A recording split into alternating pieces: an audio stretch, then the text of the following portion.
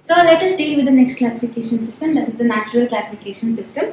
Under this system, we are going to deal with the natural affinities. When we say natural affinities, it means that okay, so let us break this phrase, okay? Natural affinities. Affinities meaning the attraction or the relation between two, let's say two organisms for now.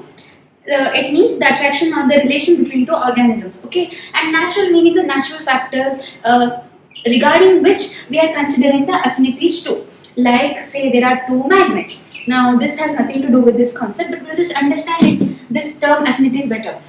When there are two magnets, say the opposite poles are pointed towards each other, then we know that they attract, right? And the same poles they will deflect. So that is repel. So the opposite poles, when they are attracting, they have an affinity towards each other and they come towards each other, right? And that is a magnetic affinity. So similarly, affinities which deal with natural circumstances are called as natural affinities. So this being understood, the natural affinities which are considered between the organisms, and this is how this classification system has been considered. Now let us get to know some more. So what do we mean by natural affinities? Just a term? No. There are some.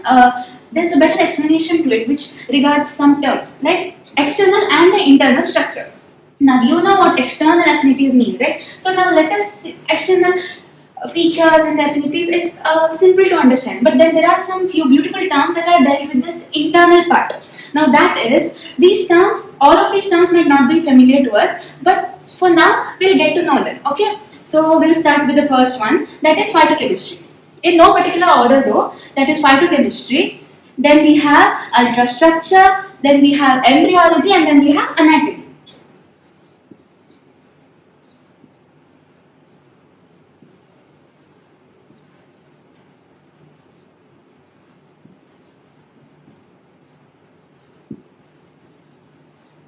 So I have mentioned before here. Now some terms you might be able to understand, like phyto meaning light, chemistry being the chemical reactions going on, and the embryology regarding the embryo and the anatomy, the structure, the ultrastructure, something to do with the structure, something to do dwelling in that term called structure. We are able to understand by terms. Now we are not going to understand specifically what these mean, but please understand that these and etc. There are many more.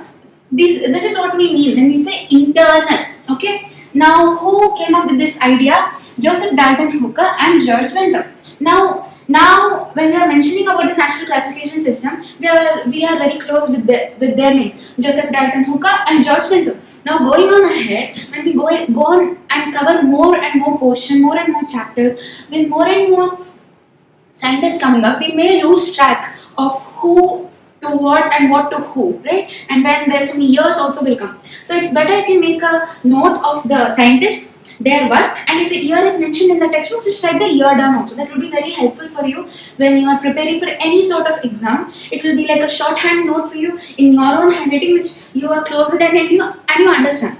Okay, and one more thing, when dealing with this chapter, I want to tell this right at this moment that this chapter includes concepts that might be considered a bit tricky, but it is not tricky. It might be a bit of it might seem a little complicated because we have many reproductive cycles that we're supposed to memorize, or in better words, understand and be close with. So it might seem a bit complicated. So to reduce your difficulty, go through the textbook. If you're comfortable with my class, understand it well through the class, and whatever notes is done here, write it down. And then after everything is done, just that final read through your textbook, make your own little note. Like when we next we'll go through algae and all, right? There will be many characteristics specific to them, beautiful characteristics. Some examples will be there that can be asked in the exams. So you shouldn't forget those examples, right? So just make a note in your own way, make a table, make a list, or make a graph, a chart, or something that is applicable to you. This will help you a lot in your exams. So this is a small tip I would like to give you in this chapter. I wouldn't say make a short note of every single line in the textbook. Now see, natural classification system, here I mentioned everything regarding to do with it, right? It includes natural affinities, external, internal, all these points. This, no. When you do short notes, first be aware of what you are able to understand, what you are not able to understand. And if you are able to grasp, whatever you are able to grasp, please keep it with you and please keep rereading and reading it again. But then there are some things that you might keep losing. That doesn't mean you're not understanding it or not. It just means that you're not so good in handling that term or that topic. So what do you do if you don't understand that topic? Make a short note of that. So when you write it down, you're able to remember it. It becomes memorized. That memory of you writing it down and saying it out loud might help you out in the exam actually. Because personally, it helped out for me. So don't have to write natural affinities. Under natural classification system, say you are weak in this. You are going to write the scientist name and then you write internal and you write these 4 points. And that does not mean that it does not deal with external characteristics or it does not deal with natural affinities. Make your short notes short and handy, not a textbook. Okay, I hope you got a small exam tip from this section also. Now let us go on to the next one, that is a phylogenetic classification system. Now this classification system, it deals with the evolutionary relationships between the organisms, which is a very beautiful and an important concept. Now I want to tell you why it is beautiful and important, because whenever we see the whole monkey to man term, right? The evolution of monkey to man. Of course, evolution is not restricted to only us. We see so many organisms around us. Even plants have an evolutionary trait, right? Not now when we say angiosperms, we consider it to be the highest of them all. It has a flowers, it has sexual reproducing organs. But then when you go really back, then you have some little plants hiding under the seabed where they are not able to do many functions and they're just the bare minimal. They just they touch the bare minimal criteria to be called as a plant. So this evolutionary tree can help us understand the relation between organisms, how the organism has come about, and why we consider it to be the way that it is. So we'll go into that topic next. So we'll continue with the other classification systems. Phylogenetic, I just mentioned about it, we'll just say it again. Phylogenetic has to do with the evolutionary relationship between the organisms. Now, another important sentence mentioned in the textbook is that, say some organisms belonging to the same taxa, they will have the same ancestor, right? So that way we are able to classify things like the same ancestor and these different organisms, then they belong to the same taxa because of that same ancestor. Got it? We are using that starting point to be able to understand how these branches belong to the same tree. Like that one seed might have given the tree with different branches, but all those branches belong to the same seed, right? So using this analogy, we are able to understand this. Now we will go to the next one. This helps us resolve many things actually. Many arguments that we have, all of these are very helpful ones. Now we'll see the next one. While doing a brief recap at the beginning, when I talked about the artificial one, I have missed this. This is also a very important one.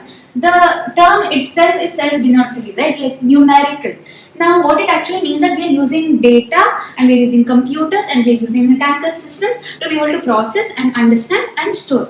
I'll repeat it, it's a very simple thing. We are using data, computers and mechanical stuff to be able to process and store and segregate the information and data that we have. Now we are going, what it deals with is all the observable characteristics. Now I have written all the important points of each here so that you are able to understand better. So we'll continue.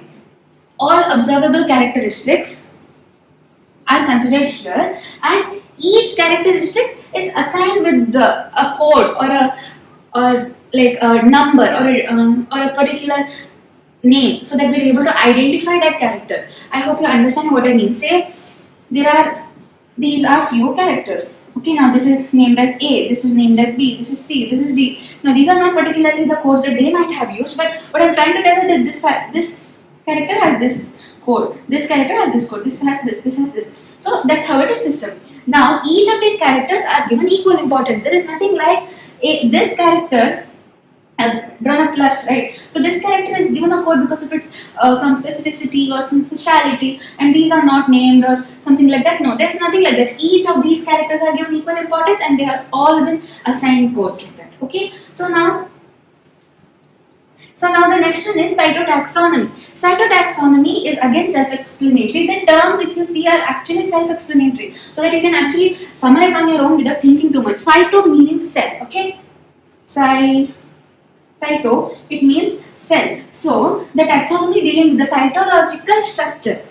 Okay, now what does the cytological structure have to do? It has to do with the cell structure, the basic functions and the characteristics. Now we'll go into the more important detail in that is the chromosome number, structure, behavior. Please notice that I just write it in very small terms, number, structure, behavior. If you're comfortable with using your short notes being in such short terms, then you can continue so. But if you're not comfortable with this, you're comfortable with proper, you like it written properly, like chromosome number, structure, behavior, then continue to do so. But I hope you are understanding here that I have drawn the structure of a chromosome here. So what happens when you do it like this is one small benefit is that you are able to recall the structure of a chromosome. In further chapters, we discuss about its structure. So wherever you go, any lesson that you go, try to connect everything so that you're able to recall chapters without having to particularly you don't have to go back to that chapter to understand that topic. Okay, so chromosome, once we get to know the structure, you'll understand its importance. This thing here, the structure is drawn here. Okay, the arms and everything. So what are we dealing here? The number, the structure, and the behavior. Okay, number, structure, behavior. The number of chromosomes, the structure of a chromosome, and how it behaves. Okay, connect it and understand it that way. So now we'll go to the next one, that is chemotaxonomy. Now this is used, again self-explanatory chemo.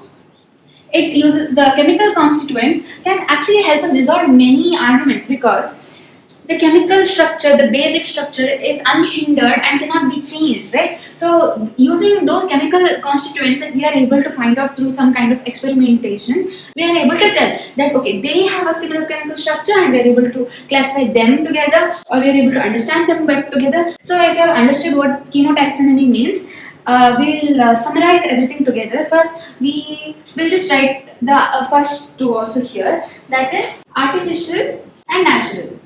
Artificial, natural, phylogenetic, numerical, cytotaxonomy and chemotaxonomy, they are all classified under the branch of angiosperm. So I hope you are able to understand. There are some important sentences under each of them which defines it, like that one definition is enough to understand what it deals with. Like here we saw gross morphological superficial characteristics, here we saw the natural affinities and external and internal factors, here we are seeing the evolutionary relationships, here we are seeing all observable characteristics and the code system, here we see the chromosome number, structural behavior concept, here we see the chemical structure and constituent concept. Now none of this has anything complicated in it, so take it in a cool mind, write it down and you will get to see the differences. And here they have mentioned in artificial structure that it is not a very plausible classification system because of its few disadvantages, like the one that we told, that the vegetative and